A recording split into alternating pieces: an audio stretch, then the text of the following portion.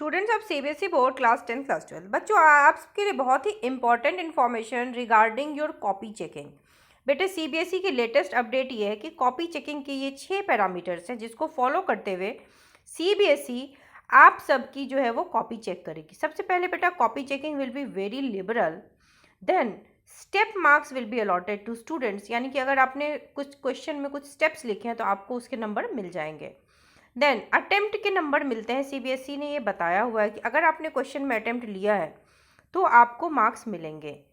Internal marks तो देखो CBSE हर बच्चे को अच्छा ही देगी, प्लस पेपर्स जो कि डिफ़िकल्ट आ रहे हैं लाइक फिजिक्स जो कि क्लास 12 का बच्चों का बहुत ही बुरा गया है, उसमें आपको मॉडरेशन मिल जाएगी, विच मीन्स कि हर बच्चे का वो सेट अगर डिफ़िकल्ट था and it is inform to CBSE, जैसे हर सेंटर से सीबीएसई अपडेट मांगती है ऑन द सेम डे, और अगर अपडेट के हिसाब से आपका सेट डिफ़िकल्ट था तो you will get moderation there.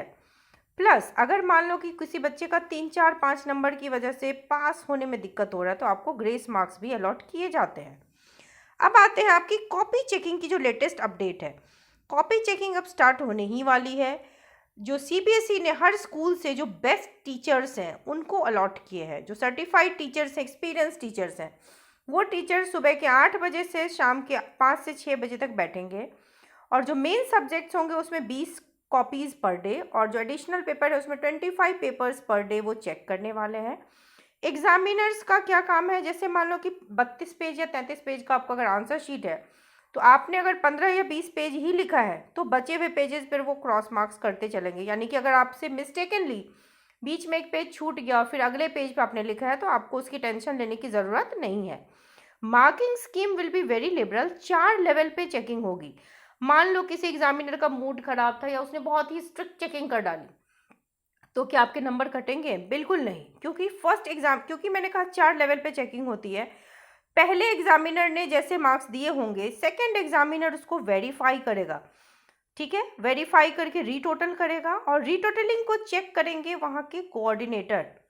वो क्या करेंगे, हर क्वेश्चन के अगेंस्ट जो मार्क्स अलॉट किया गया है वो वेरीफाई किया जाएगा, ठीक है।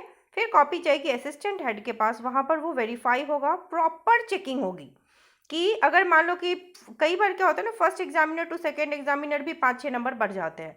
फर्स्ट एग्जामिनर ने जहाँ जहाँ लूप होल्स छोड़ दिए, सेकेंड एग्जामिनर को अगर लगता है कि भैया यहाँ मार्क्स मिल सकते हैं तो वो आपको नंबर देते हैं। फिर असिस्टेंट हेड उसको वेरीफाई जब कर लेते हैं फिर वो हेड एग्जामिनर के पास जाता है। कई बार मान लो बच्चे का सपोजिटली कि फुल मार्क्स के आसपास आ रहा है, यानी कि 95% आप स्कोर कर पा रहे हो, तब वहाँ पर थोड़ा ये भी देखा जाता है कि कहीं पे अगर नंबर कट सकते हैं तब वो भी देखते हैं। टॉपर्स के आंसर शीट के साथ यही होती है, टॉपर्स के पेपर से मार्क्स निकालने की कोशिश की जाती है कि अगर एक्स्ट्रा गए हैं तो topper should be a topper, यानी कि जस्टिफाइड टॉपर हो।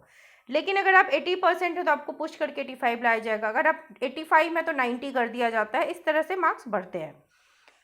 जस्ट अगर आपने कोई क्वेश्चन मिस कर दिया है तो भी, क्वेश्चन मिस किया है तब तो बेटा उसका उपाय नहीं, लेकिन क्वेश्चन नंबर मिस कर दिया है तो आपको उसके नंबर मिल जाते हैं। कई बार एमसीक्यू में बच्चे क्या करते हैं, सिर्फ ऑप्शन लिख देते हैं, आंसर नहीं लिखते हैं।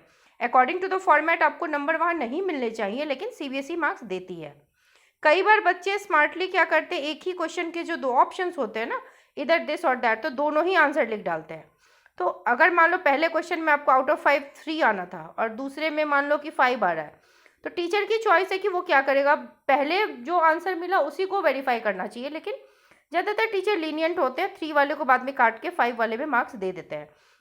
सो कॉपी चेकिंग आपकी बहुत ही अच्छे तरीके से होने वाली है। इस बार भी बहुत ही लिबरल चेकिंग हो रही है, टेंशन लेने की ज़रूरत नहीं है, और जो जो पेपर आपका डिफ़िकल्ट जाएगा उसमें मॉडरेशन पॉलिसी डेफिनेटली लगेगी।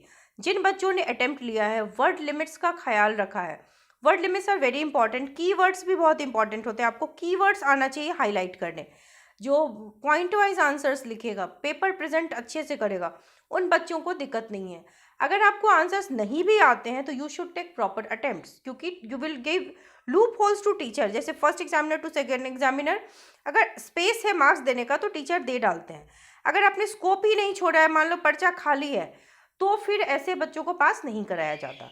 लेकिन अगर आपने स्कोप छोड़ा है, अटेम्प्ट लिया है, स्टेप मार्किंग होती है, अटेम्प्ट लोगे, स्टेप्स लिखोगे, प्रॉपर कीवर्ड्स हाईलाइट करोगे, पॉइंट वाइज लिखोगे, तो आप जितना एक्सपेक्ट कर रहे हो उससे 10-15% ज़्यादा ही नंबर आपको मिलेंगे। यूजुअली जितना आपके प्री बोर्ड्स में आता है उससे 7-8% ज़्यादा आपके बोर्ड में मार्क्स ज़रूर मिलते हैं। ये एक जनरल ऑब्जर्वेशन है। आई होप आपको थोड़ी क्लैरिटी मिली होगी। वीडियो अगर पसंद आया है तो लाइक शेयर एंड सब्सक्राइब ज़रूर कीजिए।